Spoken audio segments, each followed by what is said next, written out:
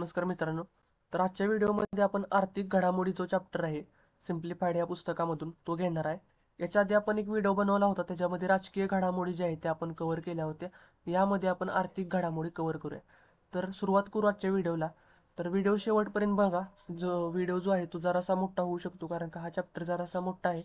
तर शेवटपर्यंत बघा, आपण इम्पॉर्टंट पॉईंट सर्व यामधले कव्हर करून, आणि मागच्या व्हिडिओ बघायचा असेल तर त्याची लिंक मी देत आहे कमेंटमध्ये, तिथून घ्या. पहिला पॉईंट आहे आपला परकीय व्यापार धोरण. तर केंद्रीय उद्योग आणि वाणिज्य मंत्री जे होते पियुष गोयल, 31 मार्च 2023 रोजी त्यांनी भारताचे नवीन परकीय व्यापार धोरण जाहीर केले. तर याची अंमलबजावणी जी आहे ती 1 एप्रिल 2023 पासून होणार आहे. उद्दिष्ट काय होतं, तर देशाची निर्यात 2030 पर्यंत $2 लाख कोटी पर्यंत वाढवणे हा त्याचा उद्देश होता. दुसरं, रुपयाला जागतिक बाजारातील प्रमुख चलन बनवणे आणि निर्यातीला प्रोत्साहन देणे, ह्या गोष्टी ज्या आहेत त्याच्यावरती मुख्य उद्देश त्यांचा होता. तर ह्या मुख्य दृष्टिकोनातून त्यांनी 4 स्तंभ आधारित केले. पहिलं होतं की सवलतींना त्यांनी प्रोत्साहन दिलं. त्याच्यानंतर सहकार्याच्या माध्यमातून निर्यात प्रोत्साहित निर्यातदार किंवा राज्य जिल्हे भारतीय दूतावास यांना देखील यामध्ये प्रोत्साहन होते.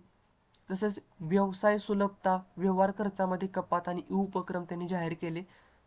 तसेच ई कॉमर्स वेबसाईट असेल किंवा निर्यात केंद्र यांना जिल्ह्याचा विकास म्हणून त्यांनी काही धोरणांची सुव्यवस्था केली. तर यापूर्वी देखील व्यापारी धोरण 1 एप्रिल 2015 रोजी लागू करण्यात आले होते, परंतु ते 2020 मध्ये संपुष्टात आले. आता आपण हे सोमेट ही काय आहे या संदर्भात माहिती बघूया. आपण या ठिकाणी पण बघितलं, यामध्ये प्रमुख आधारस्तंभ त्यांनी या म्हटलेला आहे. तर ह्यामध्ये विशेष रसायने, जीव, साहित्य, उपकरणे, तंत्रज्ञानांना या ठिकाणी प्रोत्साहन देण्यात येणार आहे. असं हे प्रमुख उद्दिष्ट असलेलं एक या क्षेत्रांना फायदा होईल असं त्यांनी बनवलेलं आहे. तर डिस्ट्रिक्ट ॲज एक्सपोर्ट हब उपक्रमाद्वारे राज्य आणि जिल्ह्याची सलगता वाढवण्यावरती भर देण्यात येणार. तर FTP-मुळे काय होणार, तर ई कॉमर्स निर्यातीलाही विशेष चालना मिळणार आहे. या ठिकाणी आकडेवारी आहे की किती कुरिअर सेवाद्वारे किंवा बाकीच्या गोष्टीद्वारे सरकारना या ठिकाणी फायदा भेटत आहे. तसेच वस्त्रोद्योगासाठी स्पेशल ॲडव्हान्स ऑथोरायझेशन या योजनेचा विस्तार करण्यात येणार आहे. या गोष्टीचं सायलेंट फीचर काय आहे, तर यांचं जे टार्गेट आहे ते $2 ट्रिलियन इतकं टार्गेट यामध्ये 2030 पर्यंत ठरवलेलं आहे त्यांनी. आपण जसं मगाशी बघितलं, जिल्ह्याची भागीदारी देखील यामध्ये महत्त्वाची ठरणार आहे. राज्य आणि जिल्हे निर्यात प्रोत्साहनासाठी स्थानिक पातळीवर धोरण ठरवण्यासाठी राज्य निर्यात प्रोत्साहन समिती जी आहे ती आणि जिल्हा निर्यात प्रोत्साहन समिती यांचे सहकार्य घेतले जाईल. तसेच सेवांना प्रोत्साहन देण्यासाठी जिल्हा निर्यात कृती योजना देखील सुरू करण्यात येतील असं यांनी सांगितलेलं आहे. तर 4 नवीन निर्यात गुणवत्ता शहरे या ठिकाणी चालू करण्यात आलेत. त्यामधील पहिला असेल फरीदाबाद, हरियाणामध्ये आहे. तर फरीदाबाद जे आहे ती सगळ्यांना माहिती आहे, कापड उद्योगासाठी फेमस आहे. त्यानंतर मुरादाबाद उत्तर प्रदेश हस्तकलासाठी, वाराणसी उत्तर प्रदेशमधीलच आहे हातकाम आणि हस्तकला यासाठी. तसेच मिर्झापूर उत्तर प्रदेशमधील गालिचा किंवा दारी बनवण्यासाठी ही फेमस आहे. तर ह्या 4 नवीन निर्यात गुणवत्ता शहरांमध्ये येता येते. या ठिकाणी त्यांनी commerce website, e commerce manufacturing website यांचा कसा हातभार लागत आहे या गोष्टी देखील त्यांनी दिलेल्या आहेत. पुढे ऑइल इंडिया ही कंपनी जी आहे तिला महारत्नचा दर्जा भेटलेला आहे. ऑइल इंडिया ही सार्वजनिक उपक्रम विभागातील कंपनी आहे, तिला महारत्नचा दर्जा भेटला आहे आणि अशी ही 13वी कंपनी झाली आहे की जिला हा महारत्नचा दर्जा भेटला आहे. पहिली ती नवरत्न दर्जा असलेली कंपनी होती. तर महारत्न दर्जा 2010 पासून जी आहे ती सुरुवात झाली देण्यासाठी. आता 13 सार्वजनिक क्षेत्रातील उपक्रमांनाही देण्यात आलेले आहे. यामध्ये काय होतं, तर केंद्र सरकार, लक्षात ठेवा, केंद्र सरकार किंवा इतर CPSEचा थेट हिस्सा जो आहे तो 51% त्या किंवा त्यापेक्षा जास्त होतो. अधिक असलेल्या कंपन्यांना केंद्रीय सार्वजनिक क्षेत्रातील उपक्रम असे म्हटले जातं. तर संबंधित कंपनीला महारत्न दर्जा जर मिळवायचा असेल तर त्यासाठी पहिल्यांदा अट आहे ती तिला नवरत्न दर्जा प्राप्त असावा. अशाच कंपनीला यामध्ये भाग घेता येईल. दुसरं असेल की ती भारतीय स्टॉक एक्सचेंजवर सूचीबद्ध कंपनी असावी, BSE किंवा NSE वरती. दुसरं आहे मागील 3 वर्षातील सरासरी वार्षिक उलाढाल 25,000 कोटीपेक्षा जास्त असली पाहिजे. असा तिचा महारत्न दर्जासाठी आवश्यक निकष कोणते ते सांगितले. मागील 3 वर्षातील सरासरी वार्षिक निव्वळ मूल्य 15,000 कोटीपेक्षा जास्त असावे हा चौथा असेल. तसेच मागील 3 वर्षासाठी वार्षिक निव्वळ नफा 5,000 कोटी आणि ही जी आहे कंपनी ती लक्षणीय जागतिक उपस्थितीमध्ये असावी. ऑइल इंडियाच्या बाबतीत माहिती बघितली तर हे जे मुख्यालय दुलियाजाम या ठिकाणी आसाममध्ये आहे. 1959 मध्ये जी स्थापना करण्यात आली होती. प्रमुख प्रशासकीय नियंत्रण कोण आहे तर पेट्रोलियम आणि नैसर्गिक वायू मंत्रालयाच्या अंतर्गत ही कंपनी ते भारतातील दुसरी सर्वात मोठी राष्ट्रीय तेल आणि वायू कंपनी ठरली. तर या कंपनीची माहिती दिलेली आहे. आपल्या परीक्षेसाठी महत्त्वाच्या गोष्टी बघू. महारत्न दर्जा प्राप्त कंपन्या कोणत्या आहेत तर पहिली असेल भारत हेवी इलेक्ट्रॉनिक्स लिमिटेड, जी की 1964 मध्ये बनली होती. मुख्यालय दिल्ली या ठिकाणी. असे जर बघितले तर भारत पेट्रोलियम असेल, कोल इंडिया, गेल इंडिया, तसेच Hindustan petroleum corporation, Indian oil corporation NTPC, ONGC असेल किंवा पॉवर फायनान्स आणि पॉवर ग्रीड कॉर्पोरेशन, ह्या सर्व कंपन्या महारत्न दर्जा असलेल्या कंपन्यांमध्ये मोडतात. 5 कंपन्यांना नवरत्न दर्जा प्राप्त झालाय. तर 2030 मध्ये सार्वजनिक उपक्रम विभागाने 5 कंपन्यांना या ठिकाणी नवरत्न दर्जा बहाल केला. त्यामध्ये पहिले असेल ONGC Videsh limited, Rashtriya chemicals and fertilizers, railway Vikas Nigam limited, Ircon international limited आणि रिट्स लिमिटेड.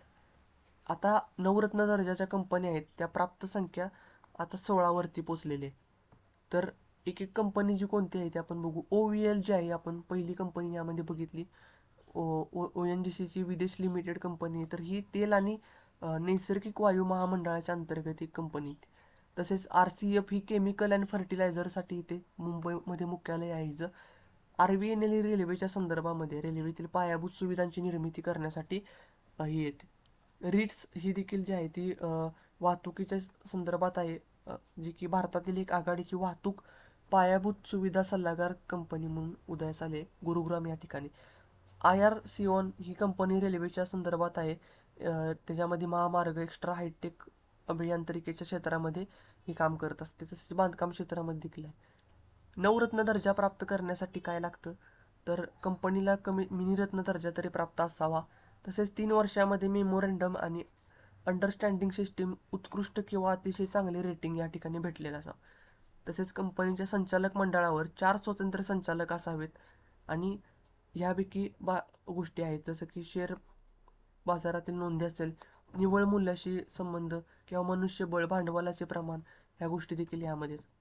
नवरत्न दर्जा प्राप्त असलेल्या कंपन्या जसं की मगाशी आपण बघितलं भारत इलेक्ट्रॉनिक्स लिमिटेड, मगाशी भारत हेवी इलेक्ट्रॉनिक्स लिमिटेड होतं. तर ह्या कंपन्या तुम्ही वाचून घ्या कोणत्या त्या नवरत्न दर्जा प्राप्त कंपन्यामध्ये येतात. ह्याच्यावरती जो आहे तो प्रश्न एकदा आयोगाने विचारला होता क्लर्कच्या एक्झामसाठी. त्यामुळे हे जे आहे ते व्यवस्थित वाचून घ्या. पुढे सिकीला जो आहे तो मिनिरत्न दर्जा प्राप्त झाला आहे. Solar energy corporation of India लिमिटेडने 2013 मध्ये मिनिरत्न दर्जा प्राप्त केला होता. तर हा जो आहे तो सार्वजनिक उपक्रम क्षेत्रातील एक उपक्रम आहे. आता बघा 13 कंपन्या ज्या आहेत त्या महारत्न कंपन्यामध्ये येतात, 16 नवरत्नमध्ये येतात. मिनिरत्न एक कंपनीचा जो दर्जा आहे म्हणजे श्रेणी 1 मध्ये येणाऱ्या कंपन्या 57 आहेत आणि 2 श्रेणीमध्ये येणाऱ्या 11 कंपन्या आहेत.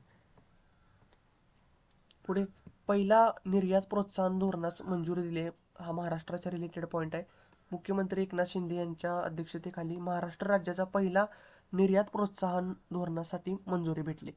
धोरणाचे उद्दिष्ट या ठिकाणी दिले की 72 अब्ज डॉलरपर्यंत जी गुंतवणूक करणार आहे ती 150 अब्ज डॉलरपर्यंत वाढवण्यासाठी याचा प्रमुख उद्देश असेल. 30 निर्यातभिमुख पायाभूत सुविधा विकास प्रकल्प विकसित करणे, तसेच यामध्ये राज्याचा 22% सहभाग जो आहे तो वाढवणे. 2030 पर्यंत देशाचा 1 ट्रिलियन डॉलरचा जो निर्यात उद्दिष्ट आहे त्यामध्ये राज्याचा 22% सहभाग असावा असं उद्दिष्ट आहे. धोरणाची प्रमुख उद्दिष्ट काय आहेत तर यामध्ये 4200 कोटीची तरतूद केली. प्रमुख म्हणजे MSME तसेच मोठ्या उद्योग घटकांना लाभ होईल अशा संधी उपलब्ध करून देणे, 40,000 रोजगार संधी उपलब्ध करणे आणि राज्याच्या निर्यातीमध्ये 7% वरून 14% पर्यंत वाढ होईल असे या ठिकाणी एक्सपोर्ट ओरिएंटेड काम करणे. तसेच यासह निर्यातक्षम सूक्ष्म, लघु व मध्यम उपघटकांना विमा संरक्षण व व्याज अनुदान प्रोत्साहन करणे हे झालं. तर महाराष्ट्रातील निर्यातीचा वाटा या ठिकाणी दिलाय किती टक्के होता. जर भारताचा रिलेटेड बघितलं तर भारताचा सर्वात मोठा व्यापारी भागीदार जर बघितला कोण असेल तर तो अमेरिका देश आहे. चालू आर्थिक वर्षामध्ये पहिल्या 6 माहीत अमेरिका भारताचा सर्वात मोठा व्यापारी भागीदार आहे. जवळपास या ठिकाणी 54.67 अब्ज डॉलर इतकी या ठिकाणी ही झालेली आहे, भागीदारी झालेली आहे. भारतासोबतच्या द्विपक्षीय व्यापारात चीन जो आहे तो दुसऱ्या क्रमांकावरती येतो. तर ही क्रमवारी जी आहे ती आयोगानं विचारलेली आहे कंबाईन 2021च्या परीक्षेसाठी, ज्या ठिकाणी एक्सपोर्ट इम्पोर्टचा जो आहे तो विचारला होता, अभियांत्रिकी गोष्टी असतील किंवा सेवा क्षेत्रातील गोष्टींच्या संदर्भामध्ये. तर या ठिकाणी आपण संपूर्ण बघणार आहे. तर अमेरिका भारताचा सर्वात मोठा व्यापारी भागीदार आहे. त्यानंतर चीनचा क्रमांक लागतो, त्यानंतर UAE ह्या देशाचा क्रमांक आहे, त्यानंतर सौदी अरेबिया आणि सिंगापूर देशाचा नंबर लागतो. तर GST अपीलीय न्यायाधिकरणची स्थापना करण्यात आली. GSTच्या संदर्भित जे काही वादविवाद असतील ते सोडवण्यासाठी सर्व राज्य आणि केंद्रशासित प्रदेशामध्ये अपीलीय न्यायाधिकरणाची 31 खंडपीठाची स्थापना करण्यात आली. अर्थ मंत्रालयाने ही अधिसूचना जी आहे ती जारी केल्या आणि त्या अंतर्गत याची स्थापना करण्यात आली. तर यासाठी अध्यक्षांसाठी वयोमर्यादा 70 वर्ष असेल, कमाल 67 वर्ष इतके असेल. तर ह्यामध्ये ह्या गोष्टी कधी ॲड केल्या तर गुड्स अँड सर्व्हिस टॅक्स ॲपिलेट ट्रिब्युनलची स्थापना प्रमुख खंडपीठ नवी दिल्ली या ठिकाणी असेल. बाकी या गोष्टी दिलेल्या आहेत. गोवा आणि महाराष्ट्राच्या 3 खंडपीठे यामध्ये असतील आणि ह्यामध्ये बाकी गोष्टी आहेत त्या तुम्ही रीड करून घ्या कोणत्या आहेत त्या. GST परिषदेच्या बाबतीत आपण माहिती बघू. वस्तू आणि सेवा कराराशी संबंधित प्रमुख मुद्द्यावरती केंद्र आणि राज्य सरकारला शिफारसी करणारी घटनात्मक संस्था आहे GST परिषद. 2016 मध्ये कलम 279A अंतर्गत राष्ट्रपतीच्या आदेशानुसार ह्याची स्थापना करण्यात आली. अध्यक्ष जे आहे ते केंद्रीय अर्थमंत्री असतात, सचिवालय नवी दिल्ली या ठिकाणी. देशातील पहिले UPI ATM जे आहे ते जारी करण्यात आलेलं आहे. त्यामध्ये ते तुम्ही UPI स्कॅन करून देखील या ठिकाणी पेमेंट विथड्रॉ करू शकता. NPCI म्हणजे नॅशनल पेमेंट कॉर्पोरेशन ऑफ इंडियाने ही जारी केले. मुंबईमध्ये ग्लोबल फिनटेक फेस्टिव्हलमध्ये याची सादरीकरण देखील करण्यात आले. तर UPI जे आहे ते ॲप्लिकेशन वापरून तुम्ही कार्डलेस रोख पैसे काढण्याची सुविधा देते. त्यासाठी प्रत्यक्ष डेबिट किंवा क्रेडिट कार्ड बाळगण्याची या ठिकाणी गरज नाही आता. तर UPI व्यवहाराचा देखील विक्रम झाला आहे.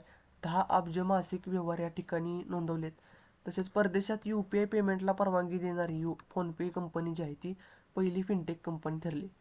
तसेच मोबिक्विक ही कंपनी जी आहे ती UPI वर रुपे क्रेडिट कार्डना सपोर्ट करणारी पहिली कंपनी असेल. या ठिकाणी दिलेली भरपूर माहिती क्रेडिट बँकिंगच्या संदर्भात. पंकज त्रिपाठी जे आहे ते UPI सुरक्षा दूत म्हणून त्यांची नियुक्ती करण्यात आली. बॉलिवूडचे प्रसिद्ध अभिनेते आहेत. तसेच श्रीलंकेत देखील UPIचा वापर करण्यात येणार आहे आतापासून. सिंगापूर, UAE, नेपाळ, भूतान आणि फ्रान्सनंतर श्रीलंकेने देखील पेमेंट सेवा जी आहे ती स्वीकारली. तर UPI पेमेंटची मर्यादा 5 लाखापर्यंत वाढवण्यात आली. 15,000 मर्यादा जी आहे ती 15,000 रुपयावरून 1 लाख रुपयावरून करण्यात आले आवर्त पेमेंटसाठी. तर जागतिक व्यापार सांख्यिकी पुनरावलोकन अहवाल बघणार आहे. 2023 जुलैमध्ये जागतिक व्यापार सांख्यिकी पुनरावलोकन अहवाल जो आहे तो सादर झाला. यामध्ये निर्यातदारामध्ये भारताचा क्रमांक 18व्या क्रमांकावर येतो. तसेच आयातदारामध्ये भारत जो आहे तो 9व्या क्रमांकाला. पहिले 3 देश जर बघितले निर्यातीसाठी तर चीन सर्वात जास्त निर्यात करतो. जवळपास जागतिक त्याचा वाटा 14.4% इतका आहे. त्यानंतर अमेरिका असेल 8.3% इतके. पहिले 3 आयातदारामध्ये बघितलं तर अमेरिका पहिला आयातदार असेल, त्यानंतर चीनचा नंबर आहे. भारत या उपलब्ध झाले. देशातील पहिले सार्वभौम हरित रोखे जानेवारी 2023 पासून बाजारात विक्रीसाठी खुले करण्यात आले. हे रोखे जे आहे ते वाढीव प्रीमियम दराने आणण्याचे केंद्र सरकारने ठरवले. तर या वाढीव दराला जे आहे ते ग्रीनियम असं म्हटलं जातं. तर या रोख्यांची विक्रीतून एकूण 40 अब्ज रुपये निधी उभारण्याचा सरकारचा प्रयत्न आहे. त्यातून पर्यावरणकुल प्रकल्पांना अर्थसहाय्य करण्यासाठी हा उपक्रम केंद्र सरकारने या ठिकाणी जारी केलाय. तर एकूण बाजारातील कर्जांचा भाग म्हणून हरित पायाभूत सुविधांसाठी संसाधने उभा करण्यासाठी सार्वभौम ग्रीन बॉन्ड्स जारी करण्यात आले. तर हे जे आहे याचे बॉन्डचे जे वाटप किंवा वापर असेल ते देखील नियंत्रण किंवा महालेखा परीक्षक कॅगद्वारे जे आहे ते परीक्षेच्या कक्षेत येणार आहे. तर जागतिक आर्थिक मंच 2023 दावोस स्वित्झर्लंड या ठिकाणी पार पडला. तर जागतिक आर्थिक मंचाबद्दल या ठिकाणी माहिती दिली आहे. मुख्यालय वगैरे कुठं आहे, जेनिवा स्वित्झर्लंड या ठिकाणी. तर ह्या गोष्टी आहेत आपल्याला परीक्षेसाठी महत्त्वाच्या बघू. राष्ट्रीय स्तरावरती 3 नव्या सहकारी संस्था जारी करण्यात आल्या. देशात 35 वर्षानंतर राष्ट्रीय स्तरावरती 3 सहकारी संस्था स्थापन केल्यात. त्यामध्ये राष्ट्रीय सहकारी निर्यात संस्था, सेंद्रिय उत्पादनासाठी राष्ट्रीय स्तरावरील सहकारी संस्था आणि राष्ट्रीय बहुराज्यीय बियाणे सहकारी संस्था अशा 3 या ठिकाणी केंद्रीय मंत्रिमंडळाने याला मंजुरी दिलेली आहे.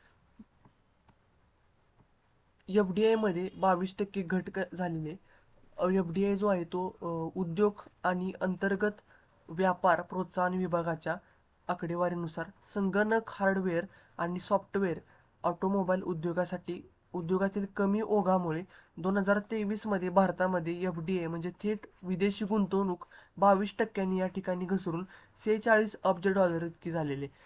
तर 2023 आर्थिक वर्षामध्ये जर बघितलं तर मॉरिशस हा पहिला देश असेल, त्यानंतर अमेरिका, नेदरलँड आणि केमन आयलंड आणि जर्मनीमधून एफडीआयचा प्रवाह जो आहे तो कमी झालेला आहे. तर संगणक आणि सॉफ्टवेअर हार्डवेअर क्षेत्रातील आर्थिक वर्षात जवळपास या ठिकाणी 9.4 अब्ज डॉलरचा ओघ आकर्षित केलेला आहे. तर सेवा क्षेत्राने या ठिकाणी सर्वात मोठी बाजी मारलेली आहे, 8.7 अब्ज बिलियन डॉलर. त्यानंतर व्यापार क्षेत्राचा, त्यानंतर दूरसंचार आणि फार्मा यांचा क्रमांक लागतो. एफडीआय गुंतवणूक झालेली या ठिकाणी प्रश्न विचारला होता. कंबाईन प्रीच्या एक्झामला प्रश्न विचारला होता 2021च्या परीक्षेसाठी. या ठिकाणी हा क्रमांक होता. भारताचा सर्वात मोठा एफडीआय स्त्रोत कोणता आहे, तर पहिल्यांदा देश असेल सिंगापूर, त्या ठिकाणी 17.2% इतका आहे. त्यानंतर मॉरिशस, अमेरिका, UAE आणि नेदरलँडचा नंबर लागतो. तर सर्वाधिक जास्त एफडीआय प्राप्त राज्य कोणते आहेत, तर त्यामध्ये महाराष्ट्राचा नंबर राहिला आहे. त्यानंतर कर्नाटक आणि दिल्लीचा नंबर लागतो. तर टोटल ओव्हरऑल बघितलं आपण तर भारताचा प्रवाहामध्ये या ठिकाणी 22%ची घट आपल्याला यामध्ये पाहायला भेटते. तर नोटाबंदीच्या संदर्भात ही माहिती होती. 2000ची जी नोट आहे ती बंद करण्यात आलेली आहे. पुढे जाऊन इलेक्ट्रॉनिक्स निर्यातीमध्ये बघितलं तर तमिळनाडूचा क्रमांक अव्वल या ठिकाणी लागत आहे.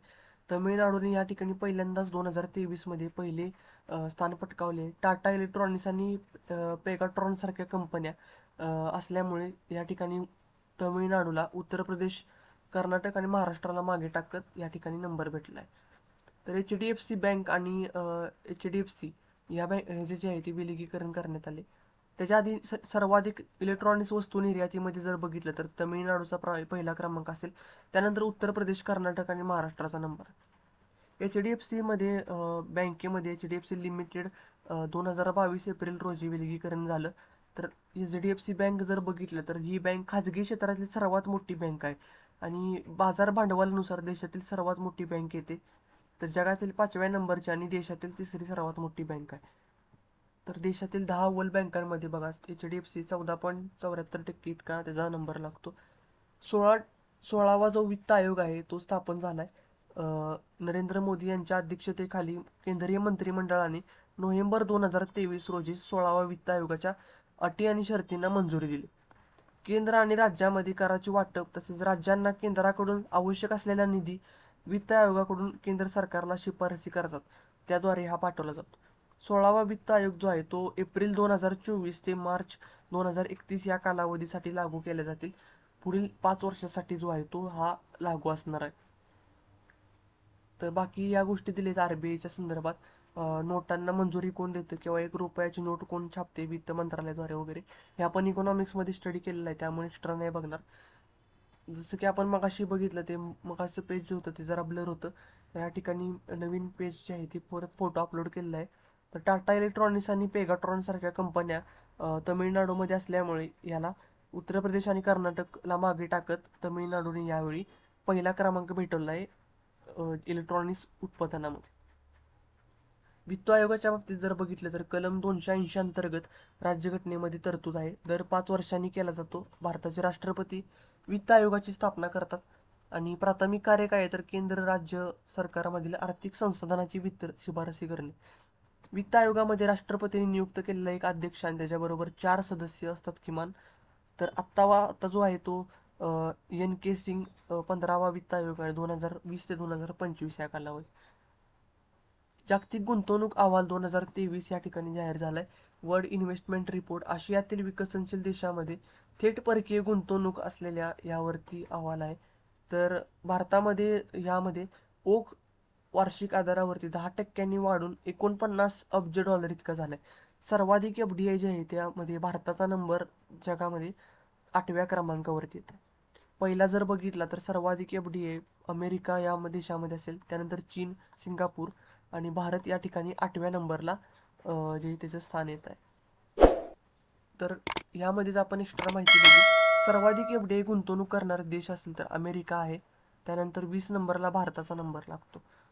थेट परकीय गुंतवणुकीमध्ये वाढ झालेली आहे. भारतीय परकीय दायित्व आणि मालमत्तेची वार्षिक गणना जर बघितली या अहवालानुसार अमेरिका भारतातील सर्वात जास्त थेट विदेशी गुंतवणूक FDIचा प्रमुख स्रोत ठरलेला आहे. तर यामध्ये अमेरिका पहिला असेल, त्यानंतर मॉरिशस, त्यानंतर युनायटेड किंगडम या देशाचा नंबर लागतो. आणि भारताने सर्वाधिक FDI गुंतवणूक केलेले देश असतील ते पहिला सिंगापूर देश आहे, अमेरिका आणि युनायटेड किंगडम असा याचा नंबर लागतो. अमेरिकेचा भारतातील FDIचा वाटा सर्वाधिक आहे, 17% इतका आहे. आणि भारताने सिंगापूरमध्ये जवळपास 23.3% FDI गुंतवणूक केली. क्षेत्रनिहाय जर गुंतवणूक बघितली तर उत्पादन क्षेत्रामध्ये सर्वाधिक असेल, 2 नंबरला सेवा क्षेत्र आणि ऊर्जा क्षेत्राचा या ठिकाणी नंबर लागतो. राष्ट्रीय स्टार्टअप सल्लागार परिषद केंद्र सरकारने जारी केली 18 डिसेंबर 2023 रोजी. तर ह्या गोष्टी वाचून घ्या तुम्ही नोट्समधून. पुढचा आहे सुरत डायमंड बोर्ड्स उद्घाटन. हे महत्त्वाचं आहे आपल्यासाठी, कारण का जगातील सर्वात मोठे व्यापारी भागीदार संकुल असलेले सुरत डायमंड बोर्ड 2023 डिसेंबर रोजी पंतप्रधान मोदी यांच्या हस्ते उद्घाटन झालं. आणि हे जगातील सर्वात मोठे व्यापारी संकुल आहे, त्यामुळे हे आपल्यासाठी महत्त्वाचं आहे. हिरे आणि दागिने व्यापारासाठी आंतरराष्ट्रीय दर्जाचे केंद्र या ठिकाणी ठरले. अमेरिकेतील पेंटागॉन कार्यालयाला मागे टाकत जगातील सर्वात मोठे कार्यालय संकुल ठरलेले आहे सुरत डायमंड बोर्ड. तर सर्वाधिक लांबीचे राष्ट्रीय महामार्ग जे आहे ते महाराष्ट्रामध्ये. देशात सध्या सर्वाधिक जास्त लांबीचे महामार्ग देशामध्ये महाराष्ट्रामध्ये आहेत. त्यानंतर उत्तर प्रदेशचा नंबर लागतो आणि राजस्थानचा नंबर लागतो. उत्पादन किंमत निर्देशांक. महागाईचे मापन करणारा जो उत्पादन किंमत निर्देशांक आहे असलेल्या खाऊक किंमत निर्देशांकाऐवजी या ठिकाणी आता उत्पादक किंमत निर्देशांक जो आहे तो वापरात येणार आहे. PPI लागू करण्यासाठी 2019 मध्ये नेमण्यात आलेला हा अहवाल या ठिकाणी जारी करण्यात आलाय. राष्ट्रीय सांख्यिकी आयोग हा अहवाल प्रदर्शित करत असते. पहिली बुलेट ट्रेन टर्मिनल भारताच्या रेल्वे मंत्री अश्विनी वैष्णव यांनी सांगितलंय की अहमदाबादमध्ये भारतातील पहिल्या बुलेट ट्रेनसाठी बांधलेल्या टर्मिनलची झलक शेअर केलेली आहे त्यांनी. टर्मिनलचे नाव असेल Sabarmati multi modal transport hub, Ahmedabad या ठिकाणी. बाकी आता शॉर्ट्स टाईपमध्ये आपण अहवालानुसार भारत 2030 पर्यंत जी आहे ती जगातील तिसरी सर्वात मोठी अर्थव्यवस्था बनेल असं त्यांनी सांगितलंय. असा अंदाज S&P ग्लोबल रेटिंगने या ठिकाणी प्रसिद्ध केला. तर भारत सध्या अमेरिका, चीन, जर्मनी आणि जपान नंतर जगातील 5व्या क्रमांकाची अर्थव्यवस्था आहे, पण ती पुढे जाऊन 3ऱ्या क्रमांकाची अर्थव्यवस्था होईल. आणि 2030 पर्यंत भारताची अर्थव्यवस्थेमध्ये 7.3 ट्रिलियन अमेरिकी डॉलर पर्यंत वाढण्याची या ठिकाणी अपेक्षा त्यांनी सांगितली. पुढे जाऊन बिल्ड फॉर इंडिया उपक्रम आहे. या अंतर्गत open network for digital commerce या डिजिटल प्लॅटफॉर्मने गुगल क्लाउड इंडिया, ॲटलटर इन इंडिया आणि पेटीएम यासारख्या सहकाऱ्यांना बिल्ड फॉर इंडिया उपक्रमाची घोषणा दिलेली आहे. तर या ठिकाणी 2 लाखाहून अधिक सहभागांची या ठिकाणी नोंदी झालेली आहे. आणि या डिजिटल कॉमर्सच्या निगडीत व्यवहारांना तोंड देण्यासाठी ही नवकल्पना या ठिकाणी उभारली. RBI आणि बँक ऑफ इंग्लंडमध्ये करार झालेला आहे. तर पैसे, शासकीय प्रतिभूमी, परकीय चलन या ठिकाणी यासाठी करार झालेला आहे. आयकर कार्यालयाचे उद्घाटन कोचीमध्ये करण्यात आले. केंद्रीय वित्त कॉर्पोरेट व्यवहार मंत्री निर्मला सीतारामन यांनी याची हे केले. पुढे जाऊन IRRA व्यासपीठ म्हणजे भारतीय प्रतिभूमी विनिमय मंडळाने सेबीने Bombay stock exchange investor risk reduction access या व्यासपीठाचे अनावरण केलेले. तसेच भारतीय शेअर बाजाराचा विक्रम या ठिकाणी नोंदवला गेलाय. पहिल्यांदा इतिहासात विक्रमी 4 ट्रिलियन डॉलरचा टप्पा पार केलाय. भारतीय शेअर बाजारामध्ये सर्वाधिक बाजार भांडवल असलेले शेअर बाजार आहे. पहिल्यांदा अमेरिका असेल, त्यानंतर चीन, जपान, हाँगकाँगचा नंबर लागतो. यानंतर भारताचा नंबर $4 ट्रिलियन टप्पा पार केल्यानंतर त्याचा नंबर या ठिकाणी 5वा आहे. तर राज्यामध्ये स्टार मार्केट ही संकल्पना देखील चालू केलेली आहे. परकीय गुंतवणुकी संदर्भात धोरणांना राज्यामध्ये चालना मिळावी, माहिती मिळावी या संदर्भात. सर्वाधिक युनिकॉर्नमध्ये भारताचा नंबर 3रा या ठिकाणी. अमेरिकेमध्ये सर्वाधिक 668, चीनमध्ये 172 आणि नंतर 72 युनिकॉर्नसह भारत 3ऱ्या क्रमांकावरती. तर जागतिक स्तरावरती ठसा उमटवणारी पहिली भारतीय कंपनी बायजूस या ठिकाणी ठरली. सार्वभौम ग्रीन बॉन्ड्स आपण आता मग अशी माहिती बघितली त्या संदर्भात. पुढे मुंद्रा बंदरांचा जो आहे तो विक्रम झालाय. अदानी समूहातील मुंद्रा बंदर जे आहे गुजरात या ठिकाणी, त्यांनी या ठिकाणी विक्रम नोंदवला आहे की हे भारतातील पहिले खाजगी बंदर आहे आणि सर्वात मोठे कंटेनर बंदर देखील गुजरात जवळ यांनी उभारलेले. त्याला 25 वर्ष पूर्ण झालेत. श्रीलंकेत SBIची नवीन शाखा चालू केलेली आहे. तसेच इलेक्ट्रॉनिक्स बँक गॅरंटी देणारी HSBC इंडियाने नॅशनल ई-गव्हर्नन्स सर्व्हिस लिमिटेड सहकार्याने वित्त डिजिटल करण्यासाठी इलेक्ट्रॉनिक्स बँक गॅरंटीची सुरू केली. पुढे जाऊन सेमीकंडक्टरसाठी जपानसोबत आपला करार करण्यात आलाय. सेमीकंडक्टर पुरवठा साखळीत मजबूत करण्यासाठी MOCने हा जो आहे तो सहकार्याने हे केलंय. पुढे ब्राझील द्विपक्षीय व्यापार, गांधी बुनकर मेला आणि पुढे जाऊन IDFC आणि IDFC फर्स्ट बँकेची जी आहे ती विलगीकरण करण्यात आले. त्यामुळे आता IDFC बँकेची स्वतंत्र निर्मिती झाली. विलगीकरणानंतर नाव त्याचे IDFC फर्स्ट बँक असे करण्यात आले. विदर्भातील उद्योगासाठी EIDची स्थापना करण्यात आली. विदर्भातील उद्योगांचा विकास व्हावा, मोठ्या प्रमाणावरती रोजगार निर्मिती व्हावी आणि या उद्देशाने जे आहे ते असोसिएशन फॉर इंडस्ट्रियल डेव्हलपमेंट AIDची स्थापना करण्यात आली. केंद्रीय मंत्री नितीन गडकरी यांच्या संकल्पनेतून नागपूर शहरामध्ये, लक्षात ठेवा, याची मध्यवर्ती संकल्पनेवरती आधारित याचे आयोजन करण्यात आले होते. पुढे भारत जपान फंडची स्थापना करण्यात आली. भारत जपान फंड जो आहे तो राष्ट्रीय गुंतवणूक आणि पायाभूत सुविधा निधींसाठी सहकार्याने सहयोग करून हा करार स्थापन करण्यात आलाय. यामध्ये भारत सरकारचा आणि जपानचा देखील यामध्ये योगदान आहे. भारत सरकारचे 49% असेल आणि जपानचे या ठिकाणी 51% योगदान असेल आणि हा चालू करण्यात आलाय. पुढे पाकिस्तानला जागतिक बँकेकडून सर्वाधिक कर्ज दिलेले आहे. त्यांची बंदरे वगैरे किंवा धरण बांधण्यासाठी या ठिकाणी परत एकदा त्यांनी कर्ज घेतलंय. TCS जी आहे ती भारतातील सर्वात मौल्यवान कंपनी ब्रँड असल्याची या ठिकाणी झाले. ब्रँड मूल्यांकन सलग दुसऱ्यांदा भारतातील सर्वात मौल्यवान ब्रँड म्हणून TCSचा नंबर लागलाय. त्यानंतर HDFC बँकेचा नंबर येतो. जगातील सर्वात मुक्त अर्थव्यवस्था बघितली तर त्यानुसार अहवालानुसार सिंगापूरला हाँगकाँगला मागे टाकून जगातील सर्वात मुक्त अर्थव्यवस्था म्हणून नंबर भेटलाय. तर भारताचा नंबर 165 देशांपैकी 87व्या स्थानावरती. सिंगापूर नंतर हाँगकाँगचा नंबर येतो. त्यानंतर स्वित्झर्लंड, न्यूझीलंड या देशांचा नंबर आहे. बाकी शक्तिकांत दास जे आहे ते सर्वोच्च केंद्रीय बँकर, त्यांना नियुक्ती करण्यात आली. जगातील सर्वोच्च केंद्रीय बँकर अमेरिकन मासिकेने त्यांना ग्लोबल फायनान्स सेंट्रल बँकिंग रिपोर्टच्या अहवालानुसार त्यांना A+ जे आहे ती शक्तिकांत दास यांना रेटिंग केलेली आहे. तर A+ रेटिंग करणारे दुसरे जे आहे ते गव्हर्नर ठरलेले आहेत. तर यांना कशासाठी A+ रेटिंग केले तर महागाई नियंत्रण असेल आणि तसेच इन्फ्लेशन लक्ष, तसेच चलन स्थिरता आणि व्याजदर व्यवस्थापन यासाठी त्यांना भेटलेला आहे. जगातील पहिला स्वयंचलित निधी चालू केलेला आहे सॅवर्ट द ॲड अष्ट्रा फंड या जगातील पहिल्या पूर्णपणे स्वयंचलित निधी हैदराबाद येथे या ठिकाणी सुरू करण्यात आला. भारतातील अग्रगण्य गुंतवणूक सल्लागार संस्थांपैकी एक असलेली ही सॅवर्ट एक कंपनी. पुढे जाऊन आपण हा पॉईंट बघूया काय आहे. AU स्मॉल फायनान्स बँकेच्या संदर्भित आहे.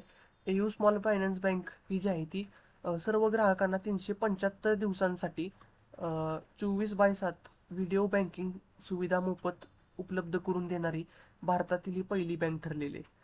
AU ही भारतातील सर्वात मोठी लघु वित्त बँक आहे.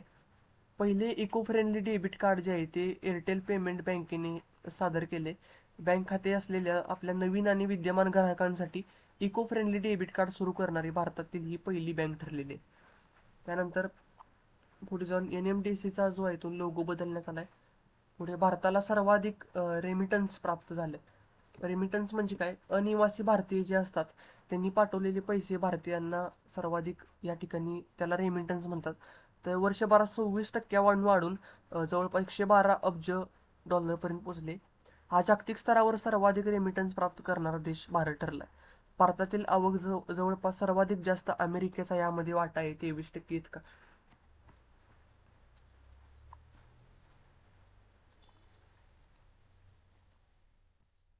पुढचा पॉईंट आपण बघूया. त्यासाठी पेज. तर चौथ्या औद्योगिक क्रांतीचे केंद्र वर्ल्ड इकॉनॉमिक फोरमने चौथ्या औद्योगिक क्रांतीसाठी केंद्र म्हणून तेलंगणातील हैदराबादची स्थापना केलेली आहे.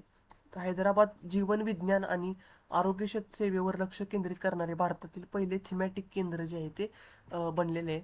भारतातील औषध उत्पादनामध्ये तेलंगणातील वाटा जो आहे तो 35% इतका राहिलेला आहे.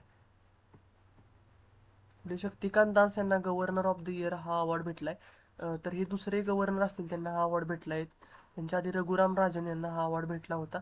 International economic research general central banking तर्फे हा अहवाल दिला जातो.